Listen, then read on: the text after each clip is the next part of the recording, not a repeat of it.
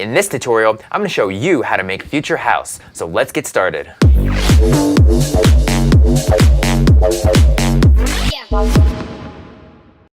Welcome to another video, everyone. My name is Daniel Strongen. If this is your first time here and you want to learn all things music production related when it comes to mixing, mastering, sound design, arrangement, then go ahead and click the subscribe button and the bell notification next to it so you don't miss anything.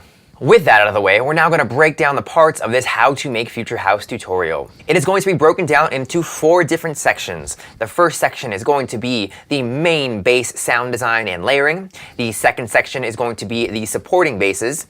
The third section is going to be arrangement, and the fourth section is going to be the drums. As always, this is just my personal take on future house, and I'd love to hear how you guys produce your future house tracks. So if you have any personal favorite tips and tricks for producing future house, I'd love to hear them down in the comments. So let's get into the DAW and make that future house sound. So let's have a listen to the track first.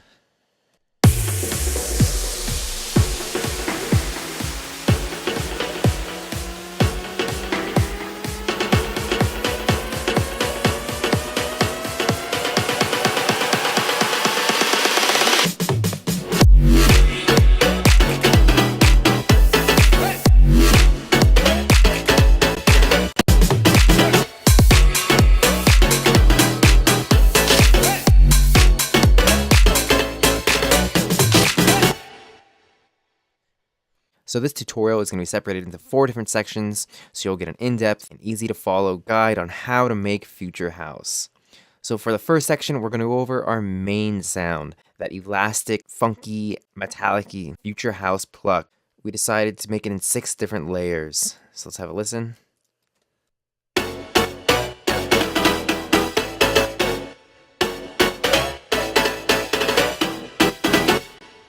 Let's go into each layer and show you how we made that. So for our first layer, it's our main layer. It lays the foundation for the sound. So we wanted to make sure it had that funky type feel and made sure it was really spread out in the stereo field. So let's look at the serum patch.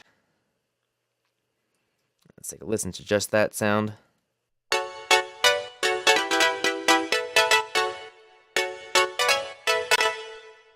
So a pretty simple pluck sound.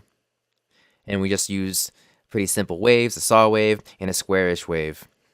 And it's important to note that we use a fast decaying envelope to be used on our filter, as this is what's going to give that pluck sound. And then we just put some dimension expander on it just to give it a little more width. And then we use a reverb filter. This isn't necessarily to give that pluck sound, just to give it a little more character. And then last on the chain, we have a compressor. And surprisingly enough, it's not doing the OTT on this. It's actually doing normal downward compression. And we really just wanted to bring out the pluck sound in this. So we have a pretty short attack at 54 milliseconds to let the initial hit of the pluck sound come through. And then we have a pretty short release, so it recovers really fast and gives us that pluck sound. The ratio is up to 4:1, and the threshold is down to -15. So let's listen to that without the compressor on. And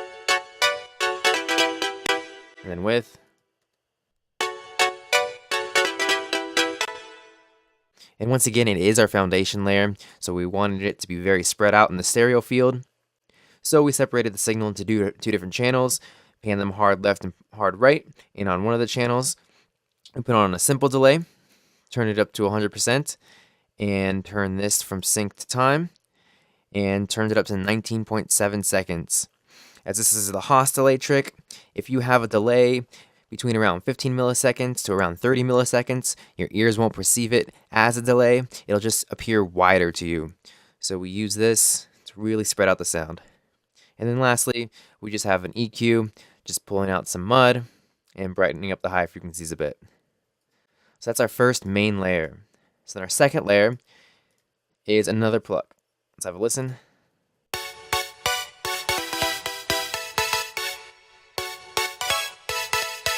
It's a little more buzzy, high-ended sounding pluck. Let's go into that. So it's kind of like a harmonically rich saw wave here, and some kind of synced saw wave here. And once again, we do have a sharp decay going on our amp envelope to give it that pluck sound. And on the back, just to have some distortion. Bring out the high frequencies here, some OTT, and some reverb.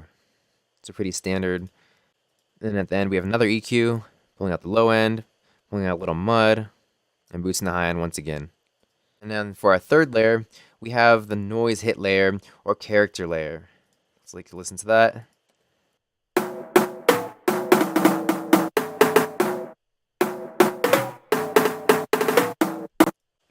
So for this layer, it's actually in two parts. Our first part, we use a percussion hit here.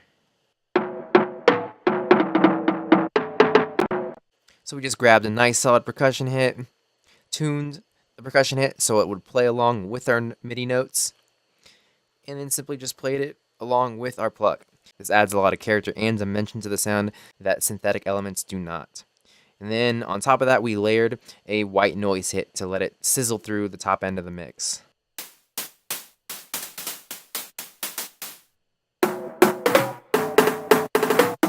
So this adds a lot of presence to the track. And then after we have a EQ just cutting out the lows and a transient master, as I wanted this to really cut through in the mix. So all this transient master does is just sharpen the attack of the sound just a little bit here. It's only at 14%. And next we go over our two bass layers. Our first bass layer.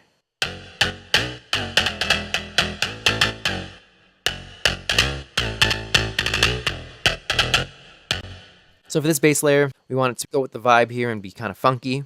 So we use the saw wave to start off, just to give it that power. And then we added a synced wave here to give it that funky high end. When you're sound designing, you want to think of how you can utilize oscillators to make the most out of the frequency spectrum. So having a very powerful layer here, the saw layer, providing the main meat of the sound, and then having a more of a character layer on top. So then we follow that up with just some EQing, pretty standard EQing again. And then we have one more bass layer to go over.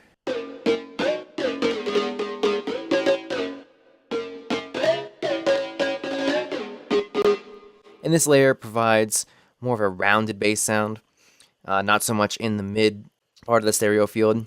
As the first bass layer covers that, we wanted something to kind of surround that main bass layer and provide a little more character. So we use pretty simple waves here, nothing too harmonically rich, so we can get that smooth kind of dong-dong sound. And once again, we have our envelope set, this time to the amp envelope and to the cutoff, as that's pretty standard for all plucks, that sort of envelope or LFO to have. And like we said, we wanted this to kind of surround the main bass sound, so we used our Haas delay trick again. And of course, we added another EQ at the end, pulling out some mud. So let's have a listen to those two bass layers together.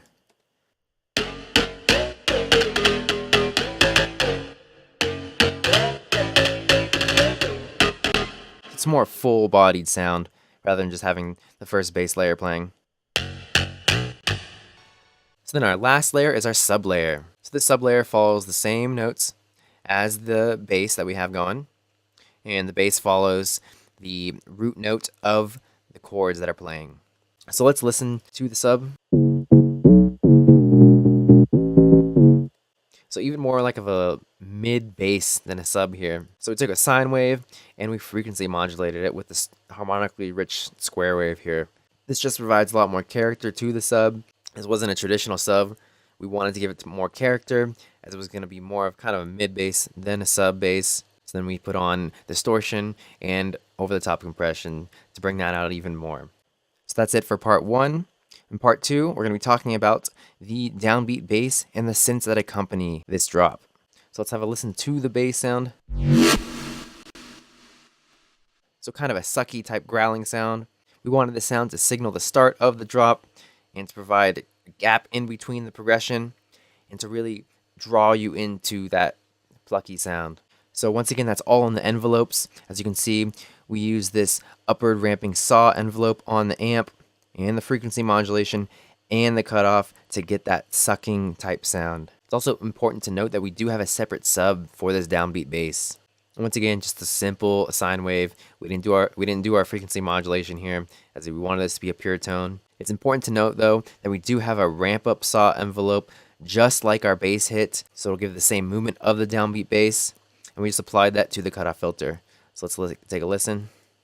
And then we added over the top compression and distortion just to bring it out a little more. So that covers the supporting bass that we have in the track.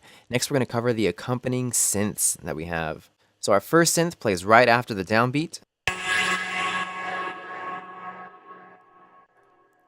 So the main purpose of this sound is to provide a little more interest in the track as it carries out through the whole progression here.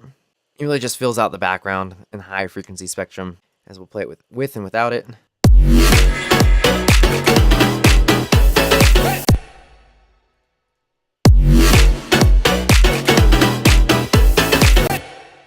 Very subtle difference. So let's go into the sound design of that. Once again, a pretty simple sound. We have our main layer, or main oscillator here, playing a saw wave, as it provides most of the meat.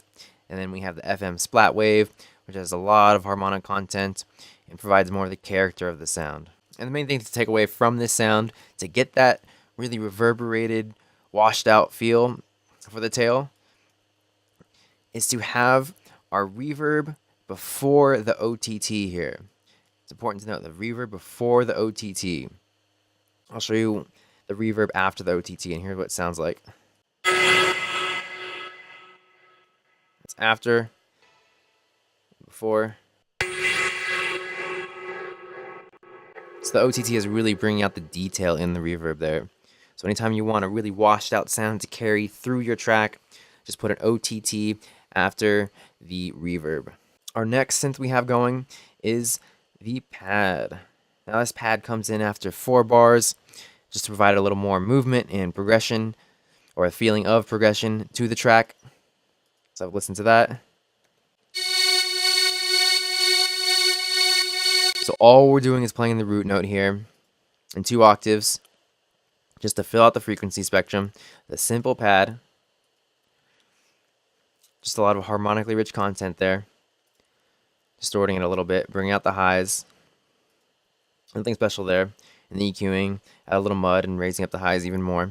You can use those in pretty much all types of tracks. That kind of high sustained pad, it works really well in pretty much everything. Whether it be trance, dubstep, those can all go in drops and work really well. Okay, so now let's go over to the third part of the tutorial, and that is the MIDI sequencing and the arrangement. Now, Future House is mostly written in minor keys, as you want a dark tone to your tracks, and minor keys do that well. And for our track, we chose F minor. There's one really important tip that I want to go over with you guys, and that's the use of suspended chords. If you're paying attention, you can see that this is actually not in the key of F sharp minor. It should be G sharp minor. But we use a suspended chord here and in other spots of the track, as we want to give that sort of dissonant and dark feel. And suspended chords do that well. So if I play this chord, having it be in key and be a normal E major, it would sound like this.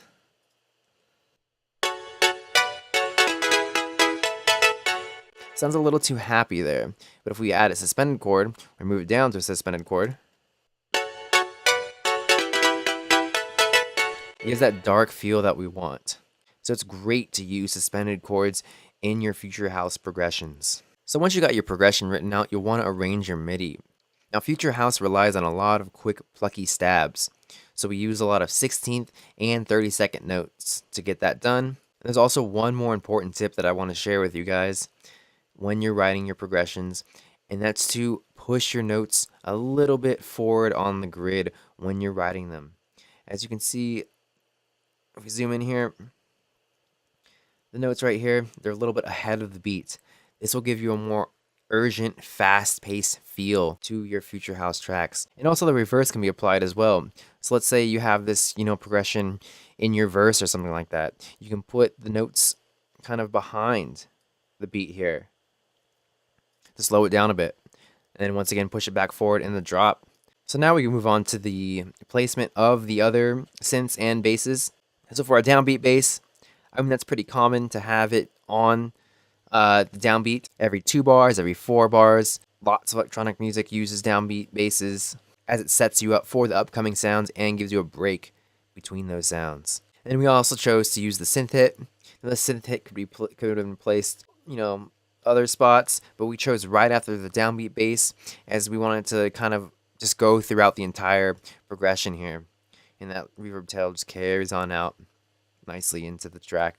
And then lastly, we have the pad, and we chose that to go after 4 bars as we want to seem like there's more of a progression in the track. You know, in a lot of tracks as well, you can have it playing throughout the entire drop. That works well too. We just chose to put it after 4 bars. So that's it for the MIDI sequencing and the arrangement of the track. Now we'll talk about the drums. So for our drums, we chose a pretty standard house beat here. Nothing crazy. You know, the same 4 on the floor beat, the kick on every quarter note, the clap or slash snare on every 2nd and 4th beat. We have the offbeat hi-hat followed by supporting hi-hats. We have some reverse elements here. Just some white noise just to give a little more suck into the beat. And of course we have our drum fills. We layer it up too. This is pretty common after every 4 bars or every 8 bars. After 4 bars, we bring in the hats, we bring in the offbeat hi-hat.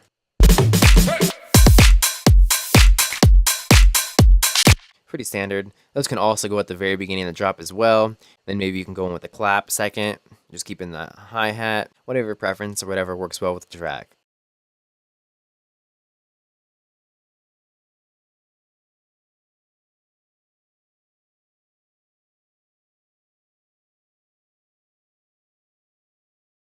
Thank you for watching the video, everyone. I hope you enjoyed all the tips and tricks that I gave in this video.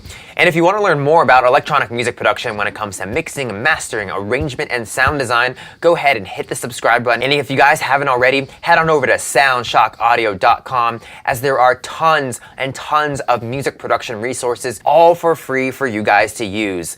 There's artist interviews, free plugins, samples, presets, KONTAKT instruments, more tutorials. Until next time, everyone.